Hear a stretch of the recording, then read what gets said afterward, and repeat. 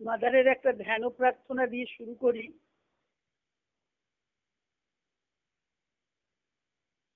June 18, June 19। মা তো রোজই ধ্যান করে তারপরে যা আসতো ভিতরে বাণী সেটা ভগবানের কাছে নিবেদন করে লিখে ফেলতেন। এটা 1914 সালে, 1914 সাল যখন শ্রী অরবিন্দকে দেখা হয়ে গেছে, তারপর জুন মাসে মা বলছে,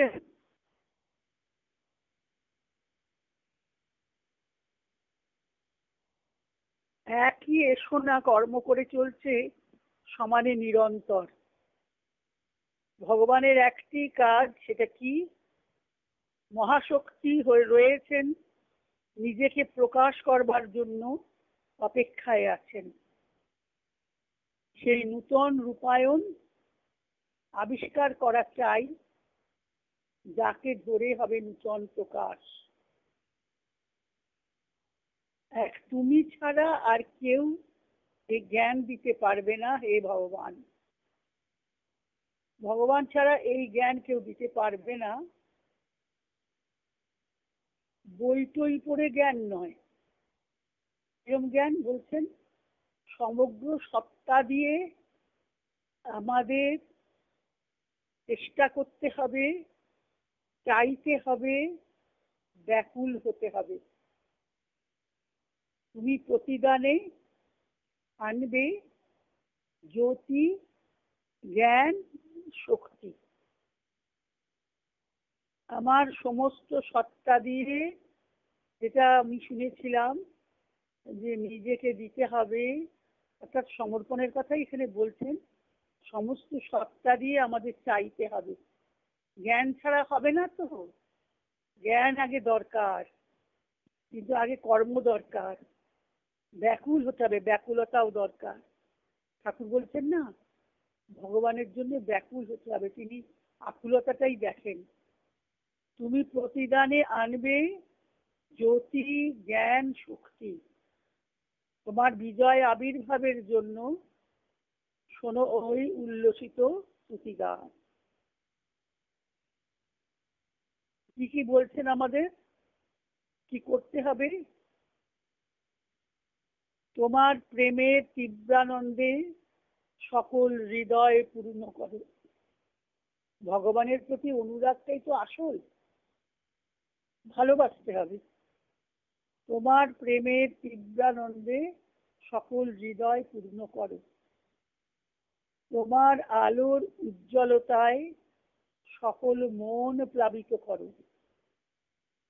তোমার বিজয় যেন আমরা নিয়ে আসতে পারি। আমার গুরুদেব তো সেই একই চেষ্টা করে গেছেন। খুব সহজ করে বলতেন না, ভগবানকে জীবনের অন্ন করতে হবে।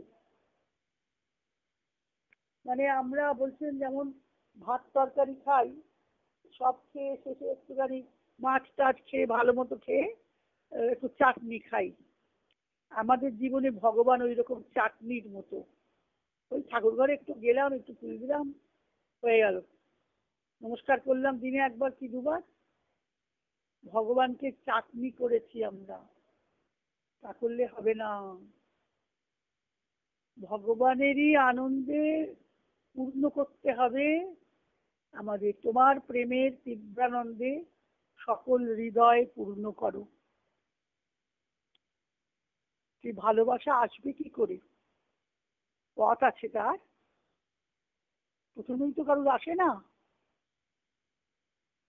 সেটা আমরা ভাগবতে পেয়েছি, যেখানে কপিল ভগবান বলছেন মা দেবহূতিকে উপদেশ দিতে গিয়ে, গর্ভস্থ শিশু প্রার্থনা করছে। তাই ভগবানকে যারা চাটনি করবে তারা একটা ধাপ, তারা ভগবানকে জীবনের অন্ন করতে হবে। একমাত্র তুমি ছাড়া আর কিছু নেই, তুমি আমার সব, এইটা জানতে হবে। আর সবাই থাকবে ঠিকই, সবই করতে হবে, কিন্তু ঠাকুরের কথা শুন, বিখ্যাত কথাটা গল্পের মানে উপমা দিয়ে বোঝাচ্ছেন যে বড়লোকের দাসী যেমন থাকে, সে বলে আমার রাম, বাবুদের বাড়ির ছেলেকে নিয়ে বলে আমার রাম আমার হরি, এত ভালোবাসে। কিন্তু সে জানে যে দেশে আমার ছেলে আছে, আমার নিজের ছেলে দেশে আছে, এরা আমার নিজের কেউ নয়। তাই এই জগতে আসে যারা, জন্মায়, গর্ভস্থ শিশুর প্রার্থনা জীব উবাচ, ভাগবত বলছেন, মানে মায়ের পেটে গর্ভের শিশু 7 মাসে প্রাণ আসে, তখন সে প্রার্থনা করছে যে হে ভগবান, হে পরমেশ্বর, তুমি তো মায়ার আবরণে নিজেকে ঢেকেছো, ইন্দ্রিয়ের কষ্ট ভোগ করছো, মানে মায়ের গর্ভে থেকে তখন তার শিশুর কত যন্ত্রণা, এই দুর্গন্ধময় অন্ধকারের মধ্যে তুমি নেমে এসেছো, তোমাকে আমি বন্দনা করছি। মানে ভগবানই শিশু হয়ে এসেছেন, শিশু রূপে, মানব রূপে, তাকেই শিশু প্রার্থনা করছে, তোমাকে আমি বন্দনা করি, তুমি যে এত কষ্ট করছো, মায়ের গর্ভে কৃমিকীট, পুরনো কৃমিকীটের জ্বালা অনুভব করছো, বিষ্ঠা মূত্রের ক্ষেত্রে রয়েছো, একটা অপবিত্র অবস্থায়, ক্রন্দন করতে তোমার ইচ্ছা করে কিন্তু ক্রন্দন করতে পারছো না, যখন ভূমিষ্ঠ হবে তখন ক্রন্দনটা আসবে। কিন্তু সে কি করছে, তখন তপস্যা করছে, কখন সে আলোর মুখ দেখবে, কখন সে ভূমিষ্ঠ হবে। সেই ভগবান যে এত কষ্ট করছে, মানে শিশু ভগবানকেই, শিশু জানে যে ভগবানই এই শিশু হয়েছে, মানে একই আছে, গর্ভস্থ শিশুর জ্ঞান থাকে, যে একত্বের বোধ থাকে, যে তোমাকে স্তব করে ছাড়া আর কি প্রতিদান দিতে পারি, কৃতাঞ্জলি হয়ে দুহাত প্রণাম করে তোমাকে আমি প্রতিদান দিতে পারি, এছাড়া তো আমার কাছে আর কিছু নেই। যখন আমি ভূমিষ্ঠ হব, আমার স্মৃতি যেন ঠিক থাকে, তোমাকে যেন না ভুলি, এই জীব বলে।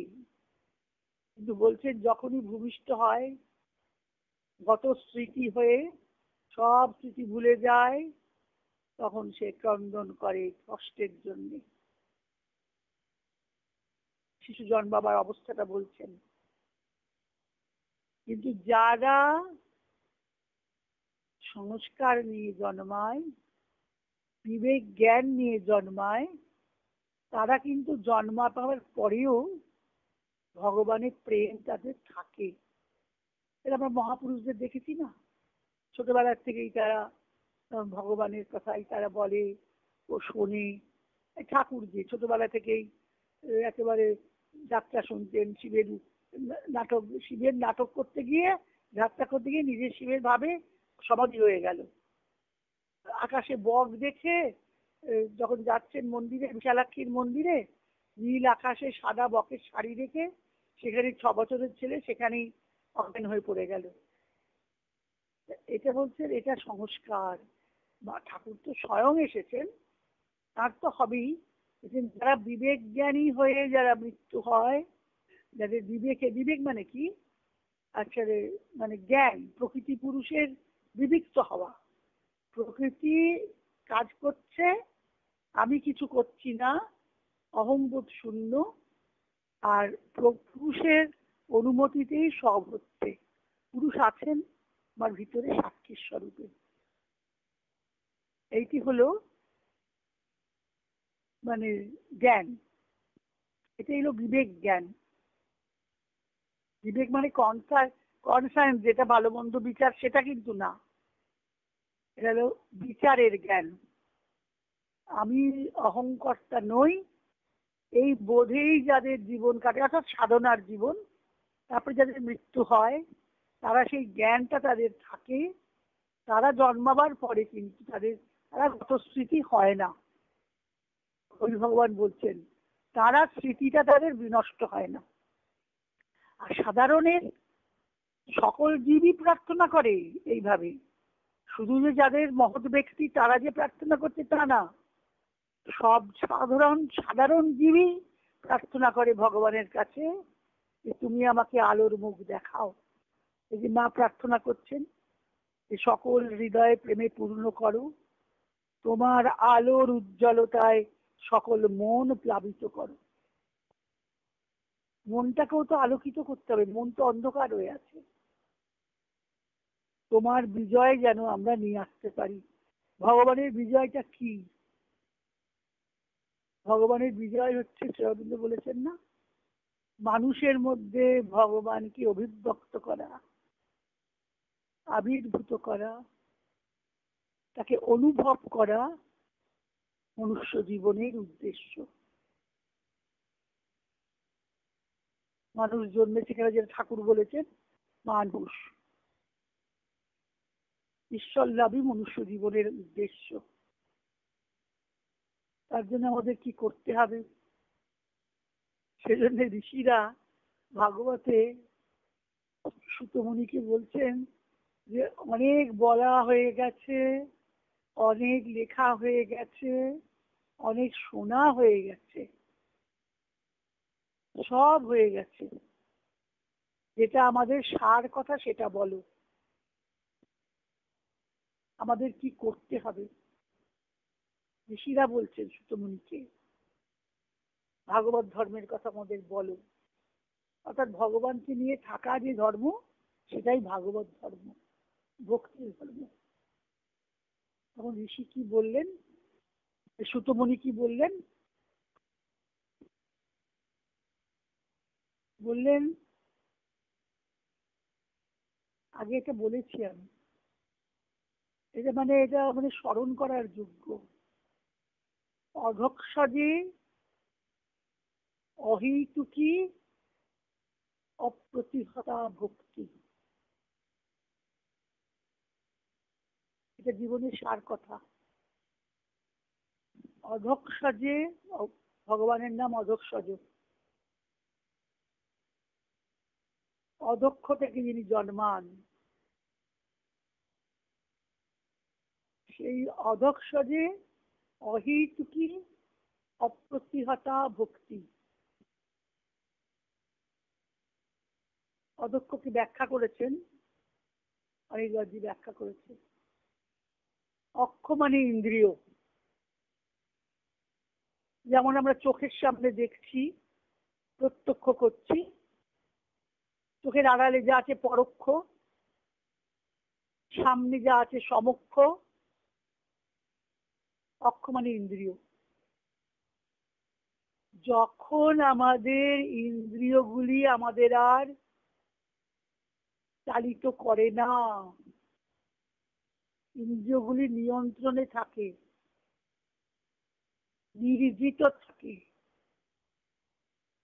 ইন্দ্রিয় শক্তি যেমন চক্ষু, কর্ণ, নাসিকা, জিহ্বা, ত্বক, সব ইন্দ্রিয়গুলি তো বিষয়ের আকর্ষণে ছোটে, রূপ, রস, গন্ধ, স্পর্শ, শব্দ। তাই দেখেই আমরা বিষয়ের জন্য আকৃষ্ট হই। ভালো দেখবো, ভালো শুনবো, ভালো খাবো, ভালো নিয়ে কথা বলবো, রসনা আছে খাবোর জন্যে, আবার কথা বলার জন্যে। ইন্দ্রিয় শক্তি আমাদের পরিচালনা করে। যখন সেই অক্ষগুলি, ইন্দ্রিয়গুলি যখন নির্জিত থাকবে, তারা যখন শান্ত থাকবে, তখন আমাদের ভিতরে যে একটা শান্ত রতি, স্থির রতি, এই অবস্থাটা আসবে। অর্থাৎ আমাদের বিক্ষিপ্ততা থাকবে না, মনের চাঞ্চল্য থাকবে না, অশান্তি থাকবে না। সেই অবস্থাতেই যার জন্ম, তখন চিৎ শক্তি স্ফুরণ হবে ভিতরে। তাই ভগবানের নাম অধক্সজ। এই অক্ষগুলি যখন অধ হবে, ইন্দ্রিয়গুলি যখন অধোগতি হবে, মানে খারাপ দিকে যাবে না, পরাভূত হবে, ইন্দ্রিয় শক্তি আমাকে চালিত করছে না, আমার এতটাই কনসেন্ট্রেশন, এতটাই মনের শান্ত অচঞ্চল, এতটাই মন দৃঢ়, একাগ্র লক্ষ্যের দিকে, তখন সেটা একটা শান্ত রতির অবস্থা। সেই অবস্থায় চিৎ শক্তির স্ফুরণ হবে আমার মধ্যে। তখন তিনি অধোক্ষজে, অধোক্ষজেই অহেতুকী অকারণ ভক্তি, ভালোবাসা, কোনো হেতু থাকবে না। শাণ্ডিল্য সূত্র বলতে সা ভক্তি পরম প্রেম স্বরূপা। এই যে মা বললেন, তোমার প্রেমের তীব্রানন্দে সকল হৃদয় পূর্ণ করো। প্রেমের, ভগবানের প্রতি প্রেমের তীব্র আনন্দে আমার হৃদয়কে পূর্ণ করো। মায়ের প্রার্থনায় আছে না, দৃঢ় করিয়া দাও আমাদের ভক্তি, পূর্ণতর করো আমাদের আত্মসমর্পণ। ভগবানের কাছেই প্রার্থনা, ভক্তিকে দৃঢ় করে দাও। দৃঢ় করে দেওয়ার অর্থ কি? কোনো হেতু দিয়ে ভালোবাসবো না, যে আমার এই ছেলেকে ভালোবাসো, ভালো করে দাও, আমার রোগ ভালো করে দাও, আমাকে টাকা দাও, আমার বাড়ি করে দাও। কোনো শর্ত থাকবে না, কোনো চাওয়া থাকবে না, কোনো হেতু থাকবে না। অহেতুকি ভালোবাসা, অহেতুকি ভক্তি, অহেতুকি আর অপ্রতিহতা অটুট ভক্তি, টলে যাবে না সেই ভক্তি। তাই জন্য মা বলছেন, প্রার্থনায় বলেছেন, দৃঢ় করিয়া দাও আমাদের ভক্তি, নড়বড়ে ভক্তি যেন না হয়। যেই আমার একটা কিছু হলো না, ভগবানের ভক্তি চঞ্চল হয়ে গেল। কি করো তুমি? কিছুই তো করো না আমাদের, তোমাকে এত ডাকি। সেটা ভক্তি নয়, সেটা শুধু চাহিদা পূরণের জন্য একটা নিজের প্রাণের একটা আবেগ, অশুদ্ধ প্রাণের একটা আবেগ। প্রাণকে শুদ্ধ করতে হবে, তবে সেটা ভক্তিটা অটুট, প্রেমটা অনুরাগ অটুট হবে। অপ্রতিহতা, যে ভক্তিকে কেউ প্রতিহত করতে পারে না, কোনো বাধা তাকে প্রতিহত করতে পারে না। আর অহেতুকি, এই অধক্ষজে এই ভক্তি, এই এই দিব্যানন্দ ভূমিতে বিচরণ করাই, এই দিব্য ভূমিতে বিচরণ করাই, স্থিতি লাভ করাই মনুষ্য জীবনের উদ্দেশ্য। সুতমুনি বললেন এটাই সার কথা, ভাগবত ধর্মের সার কথা। তখন মানসোত্তর ভূমির কথা তো আসেনি, শ্রী অরবিন্দ তো সেই ভূমির কথাগুলো তখন নেই, মনের ওপরের ভূমি। কিন্তু ঋষিরা অনুভব করেছেন যে এই যে ভূমিটা মনের পরে, সেটা দিব্য ভূমি, সেখানে মন, যেখানে মন কাজ করে না, মনকে নির্জিত করে মনের উপরে কোনো স্তর আছে, যেগুলি শ্রী অরবিন্দ আবিষ্কার করলেন। Higher mind, illumine mind, intuitive mind, overmind, supermind. তখন সেই যুগে যেহেতু যতদূর অব্দি মানুষের আধ্যাত্মিক জ্ঞান হয়েছিল, অনুভব হয়েছিল, তার মধ্যেই বলছেন এই দিব্যানন্দে, এই দিব্য ভূমিকে স্থিতি, চিৎবিলাস ভগবানের সঙ্গে। দিব্য ভূমিটি থেকে চিৎবিলাস, ভগবানের চেতনার সঙ্গে আমার চেতনার ঐক্য, ভাগবত চেতনায় বাস করা। শ্রী অরবিন্দ বলেছেন, মায়ের চেতনায় বাস করলে সব আপনি ফুটে ওঠে। এটা হলো ভাগবত চেতনা, বিলাস তার সঙ্গে। ঠাকুর বলছেন না, আভ্রান্তম বিলাস, ভগবানের সঙ্গে বিলাস। আর ঠাকুর কি বললেন, যে যদি ভগবানে অনুরাগ হয়, আমি এটা অনেকবার বলি, অনুরাগ বাঘ জন্ম নিলে সব বাসনা শুকে কপ কপ করে খেয়ে ফেলে। বাঘ যেমন পশুদের খায়, হরিণ, ছাগল, সবকিছুকে খায় যেমন কপ কপ করে, যদি অনুরাগ বাঘ সমস্ত রিপুর পশুগুলোকে, বাসনার পশুগুলোকে কপ কপ করে খেয়ে ফেলে। ঠাকুরের উদাহরণ তো অতুলনীয়, সহজ ভাষায় বুঝিয়ে দিচ্ছেন। মানে তোমার বাসনা চলে যাবে, তোমার ঋতুদের আক্রমণ তোমায় বিচলিত করবে না, গীতার কথা। যুক্ত আসিত মত করে বশেহি যস্যেন্দ্রিয়াণি তস্য প্রজ্ঞা প্রতিষ্ঠিতা। সবাই সেই ইন্দ্রিয়ের কথাই বলছেন, স্বয়ং ভগবানও সেই ইন্দ্রিয়গুলিকেই বশীভূত করার কথা বলছেন, সেখানে মত পর হতে বলেছেন। অরবিন্দ বলেছেন এই তিনটে শব্দের মধ্যেই যুক্ত আসিত মত পর, তিনটে শব্দ দিয়ে বাক্যটির মধ্যেই গীতার পরম রহস্যটা বলা হয়ে গেল। আমাতে তুমি যুক্ত থাকো। কারণ ইন্দ্রিয়গুলি তোমাকে বলেছে না, ইন্দ্রিয়ানি প্রমাথিনী হরন্তি প্রসভং মন। ইন্দ্রিয়গুলি এত বলবান যে মনকে প্রসভং জোর করে হরণ করে নিয়ে যায়। কি করতে হবে তখন? তানি সর্বাণি সংযম্য, তাদের সকলকে সংযত করে যুক্ত আসিত মত করে আমার সঙ্গে যুক্ত হও।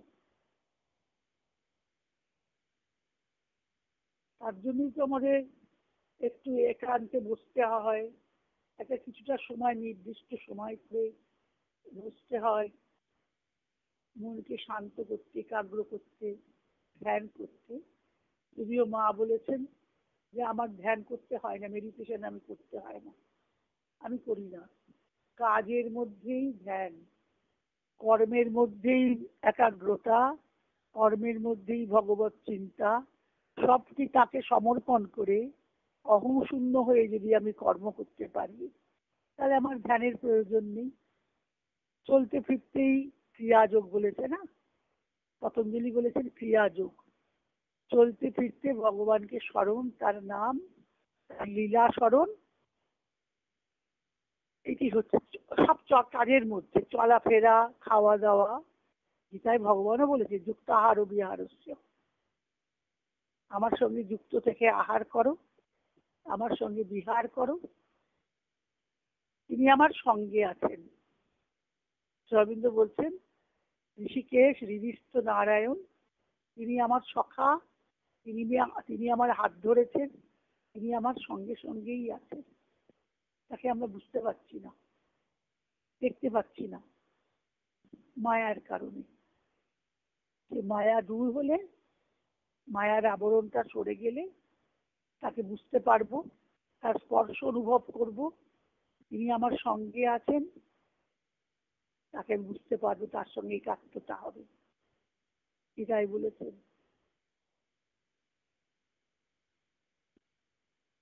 তখন অর্জুন বলছেন না, তোমার সঙ্গে এক বিছানায় শুয়েছি, বিহার ও সজ্জা আসন ভোজনেছি, খাবার সময় একসঙ্গে আসনে বসেছি, আমি জানিনি তুমি ভগবান বলে।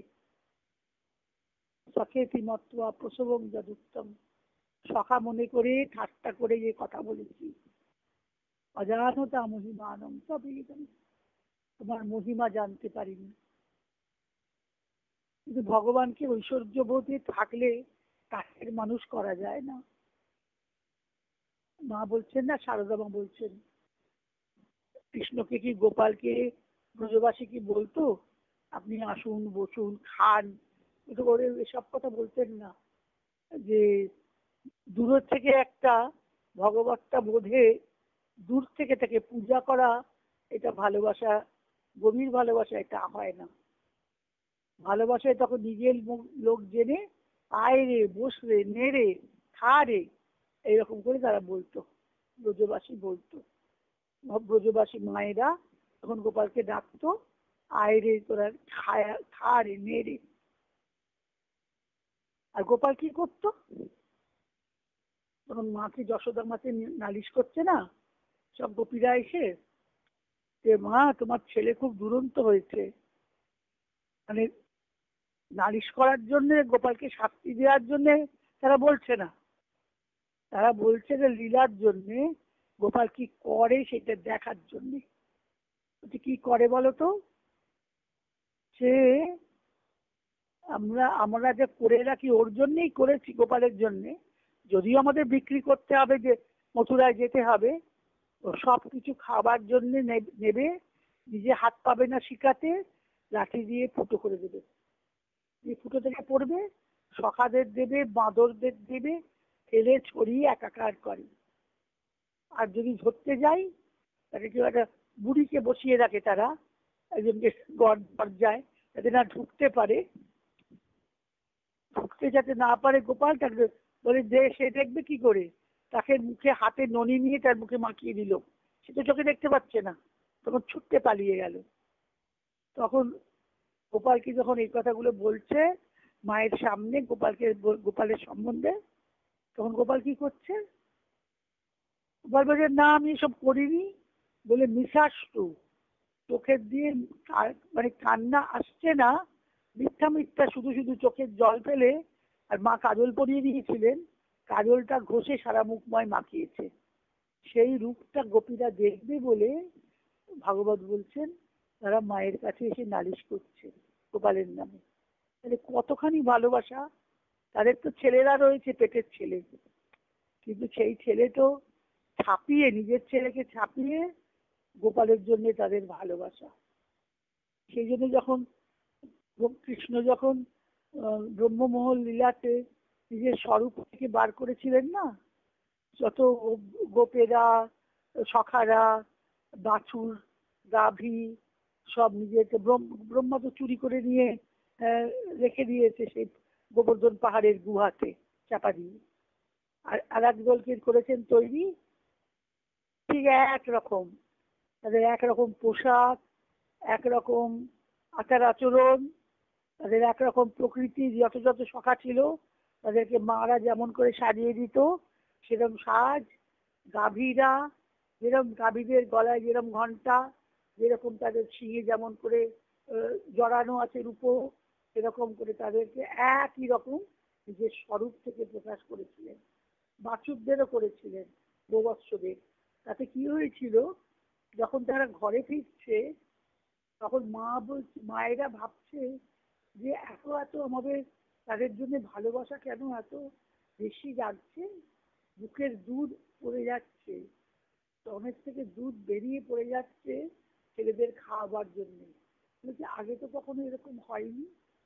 গাভীদেরও বাছুরকে যে গাছ তারা লেপন করছে, অত্যন্ত ভালোবাসায় করছে, যে তারা মনে হচ্ছে যেন আর ছাড়তে পারছে না বৎসদের।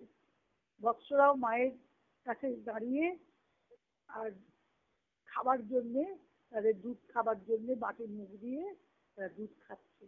মায়ের যেন দুধ খাইয়ে, গাভীদের দুধ খাইয়ে আর তৃপ্তি হচ্ছে না।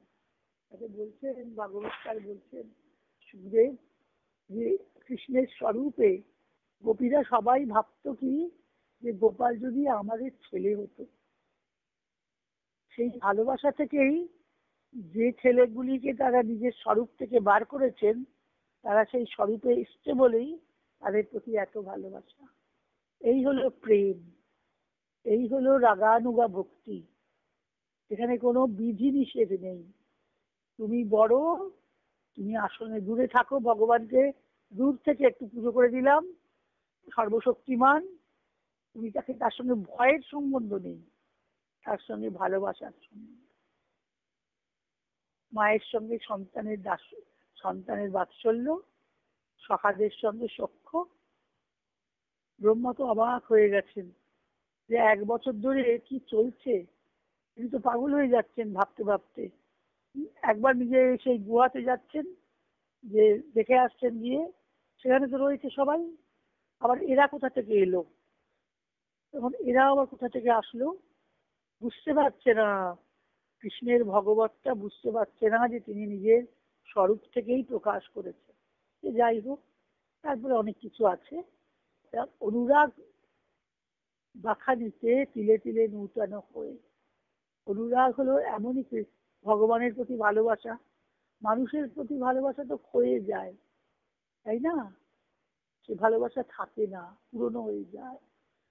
যে কোনো সম্বন্ধে, স্বামী স্ত্রী বলো, মা ছেলেই বলো, ভাই বলো, স্বার্থের সংঘাত হলেই ভালোবাসা তখন চলে যায়, স্বরূপটা বেরিয়ে পড়ে আমাদের। তাই বলেছেন শুধু তুমি ছাড়া আর কেউ থাকবে না জীবনে। আমার গুরুদেব বলতেন, ভগবানকে চাটনি করো না, ভগবানকে জীবনে অন্ন করো। অন্ন না হলে পেট ভরবে না। অন্ন দিয়ে তরি তরকারি, শুক্তো, ডাল, মাছ সব খাওয়া যাবে। অন্নই যদি না থাকে তাহলে অন্যগুলো বিস্বাদ লাগবে, খেতে ভালো লাগবে না। কিন্তু ভগবানকে আমাদের সব সময় বলতেন, ভগবানকে জীবনে চাটনি করো না।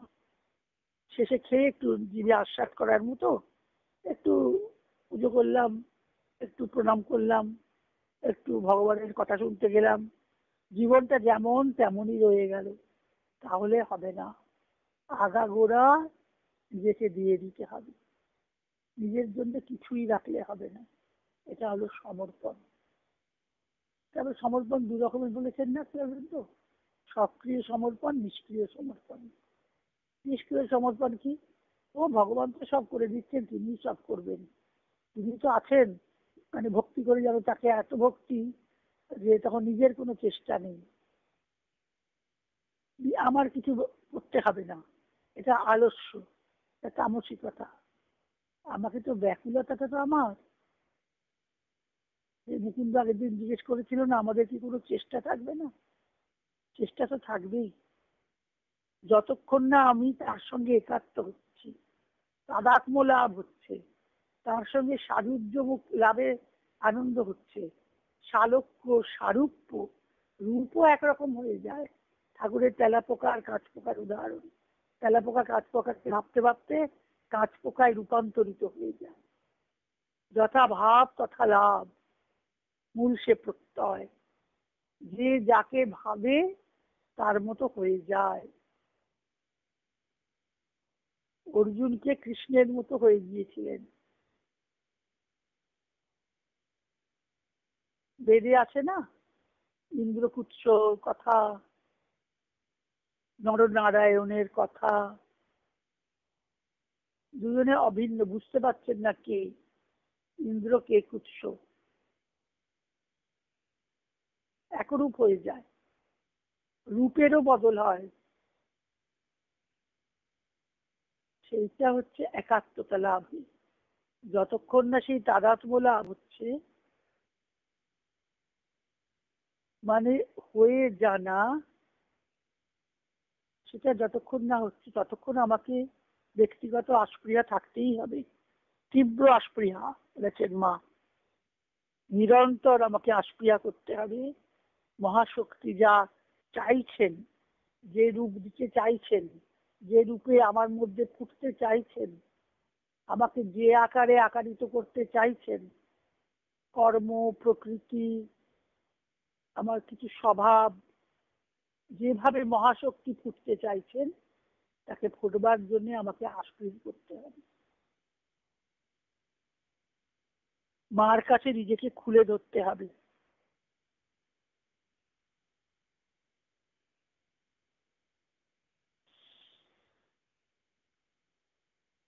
তাই জন্যে মায়ের আর একটা প্রার্থনায় আছে যে তিনি ভগবানের কাছে উত্তর পাচ্ছেন। মা বলছেন, এই দুর্বল যন্ত্র তোমার কাছে, তোমাকে গ্রহণ করতে পারছে না, তোমার শক্তিকে গ্রহণ করতে পারছে না। কারণ তিনি দেবেন জ্যোতি, তিনি দেবেন জ্ঞান, তিনি দেবেন শক্তি। এই দুর্বল যন্ত্র আধারের সমস্ত সত্তা দিয়ে, মানুষ সত্তা দিয়ে আমি এই যন্ত্রটা পারছে না, অতি দুর্বল। তখন বলছেন কোনো উত্তর নেই, নির্বাক। তখন উত্তরটা আসছে, বলেন উত্তর পেয়েছি আমি। বলছেন তুমি সর্বাঙ্গে মরতে পারোনি, তুমি এখনো, তোমারও এখনো যা ইচ্ছে আছে, যা করতে চাইছো, যা হতে চাইছো সেগুলি তোমার যায়নি, এখনো তোমার জানতে চাইছো, হতে চাইছো, করতে চাইছো, সেগুলি শেষ না হলে সর্বাঙ্গীন মরতে পারোনি। তাই যন্ত্রের নিখুঁত যন্ত্র তৈরি হচ্ছে না। দেহ মন প্রাণ আমাদের নিখুঁত হয় না কেন? ওই যে এটা মানেটা কি? জানতে চাইছো, করতে চাইছো, বুঝতে চাইছো, তার মানে আমার আমিটা এখনো যায়নি। তাই মা বলছেন আমার আমিকে তোমার মধ্যে বিলীন করে দাও, আমার আমিকে তোমার মধ্যে বিলীন করে দাও, তোমার বিজয় হোক সর্বাঙ্গীন। ভগবানের বিজয় তখনই হবে যখন আমাদের অহংটা ভগবানের মধ্যে বিলীন হয়ে যাবে। খুব কঠিন, প্রচুর তার জন্য আমাদের পরীক্ষা দিতে হয়, সহজ পথে হয় না।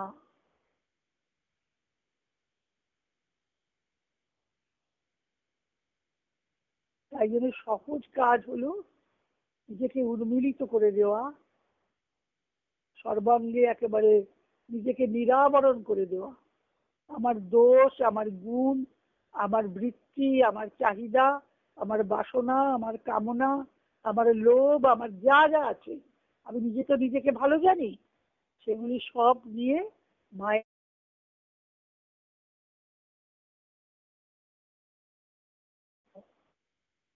তুমি এদেরকে নাও, আমাকে নাও, তুমি তোমার মতো করে গড়ে নাও আমাকে। একটাই প্রার্থনা,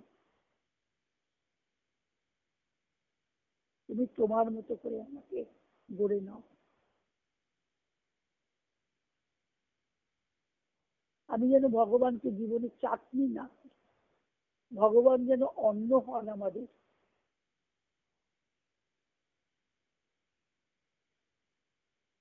সবই তুমি।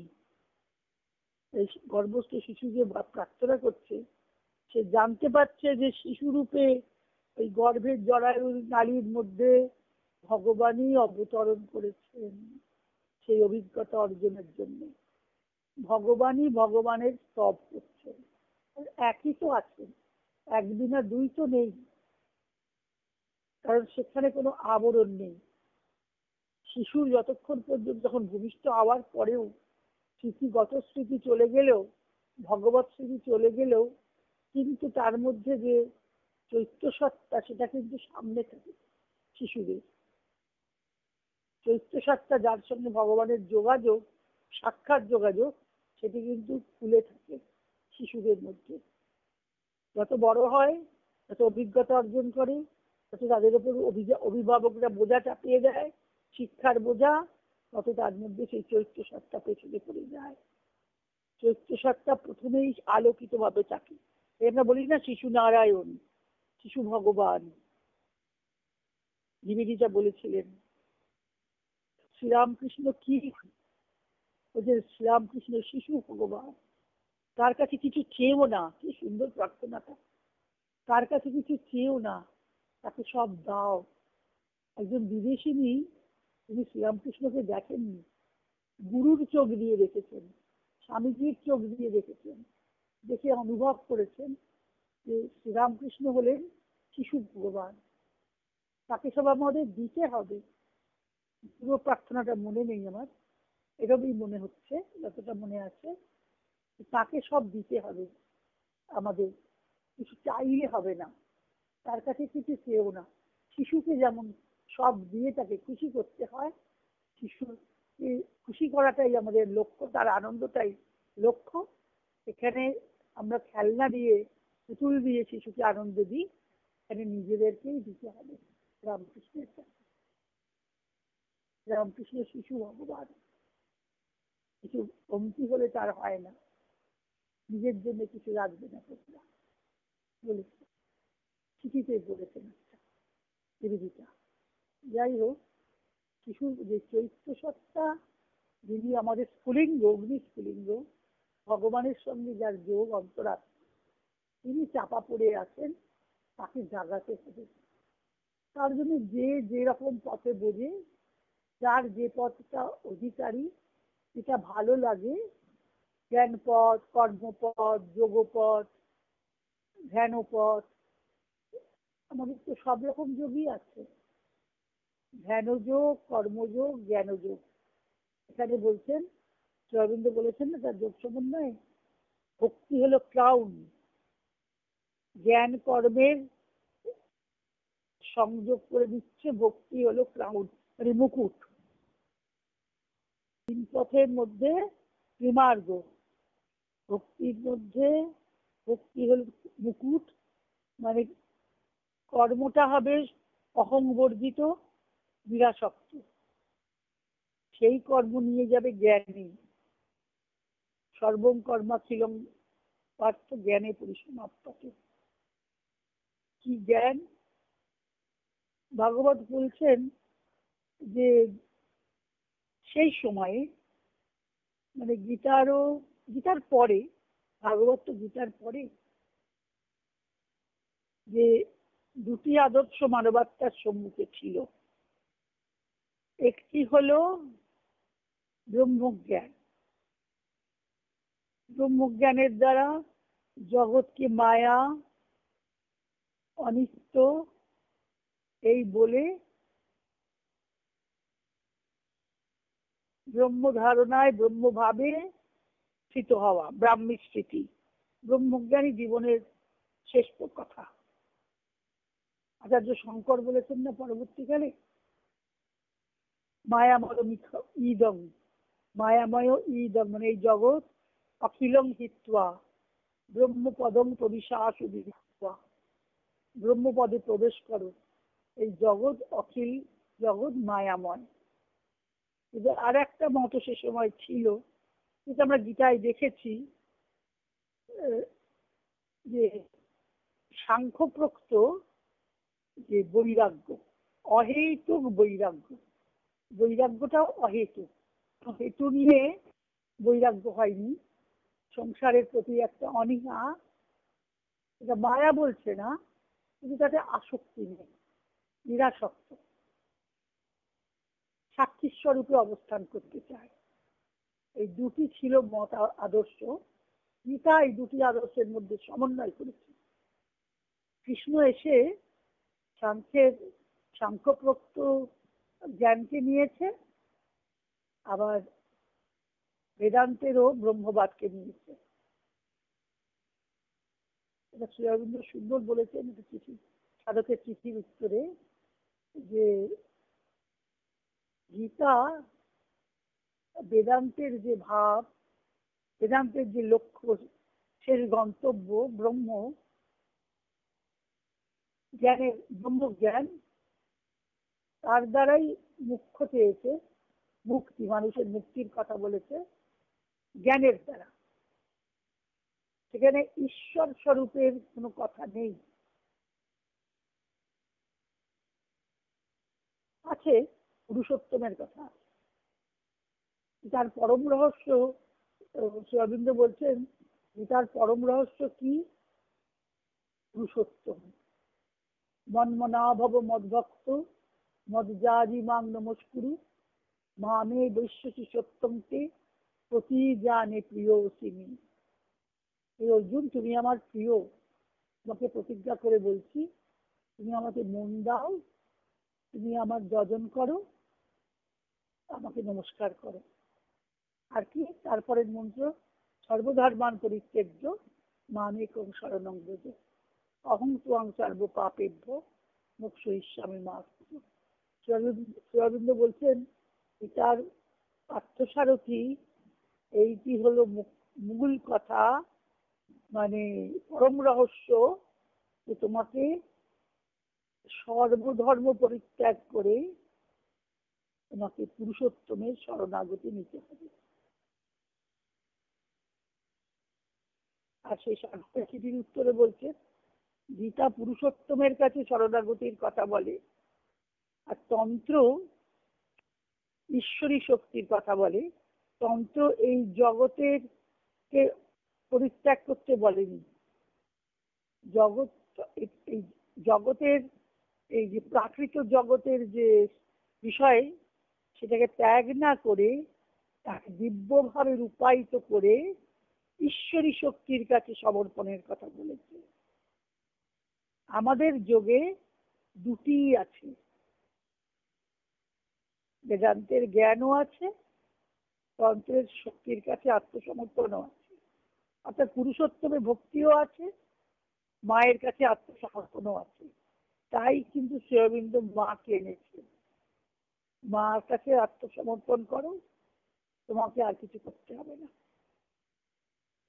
নিজেকে খুলে দাও। তাই মানবী রূপে আদ্যাস মহামায়াকে নিয়ে এসছেন মহাশক্তি। আবার তিনি তার কি বলেছেন, যে মা গ্রন্থে দিচ্ছেন না, যে পুরুষোত্তমকে গর্ভে ধারণ করেন এই মা, তিনি সকলের উপরে বিরাজিতা, সকল শক্তির উপরে বিরাজিতা মা।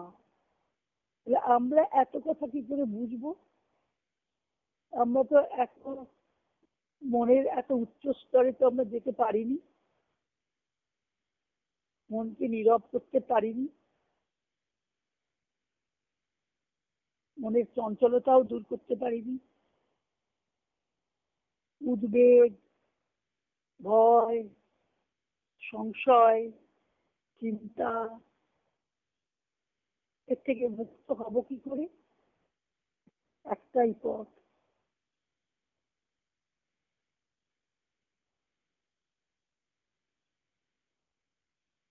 তোমার মধ্যে মাকে অনুভব করতে হবে, অন্তরে মাকে জাগিয়ে রাখতে হবে,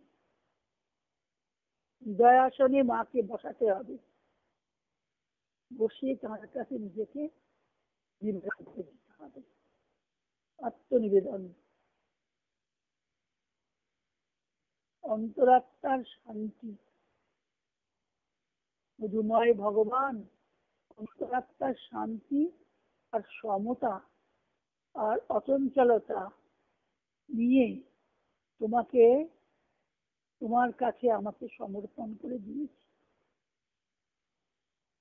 মা বলছেন, হে মধুময় ভগবান, অন্তরাত্মার শান্তি আর সমতা আর অচঞ্চলতা নিয়ে তোমার কাছে আমাকে সমর্পণ করে দিয়েছি, তোমার মধ্যে ডুবে মিশে গিয়েছি, মন স্থির প্রশান্ত, প্রাণ প্রফুল্ল, তোমার কাজ হবেই আমি জানি নিশ্চিত। মধুময় ভগবান, বিশ্বের সকলের কাছে এনে দাও তুমি তোমার জ্যোতির পরম কল্যাণ। এখন জগতে যা দেখছি আমরা, এত অন্ধকার, এত তমিশ্রা, এত ঘোর একটা দুর্দিনের মতো, তাই মায়ের যে প্রার্থনা, মধুময় ভগবান, বিশ্বের সকলের কাছে এনে দাও তুমি তোমার জ্যোতির পরম কল্যাণ।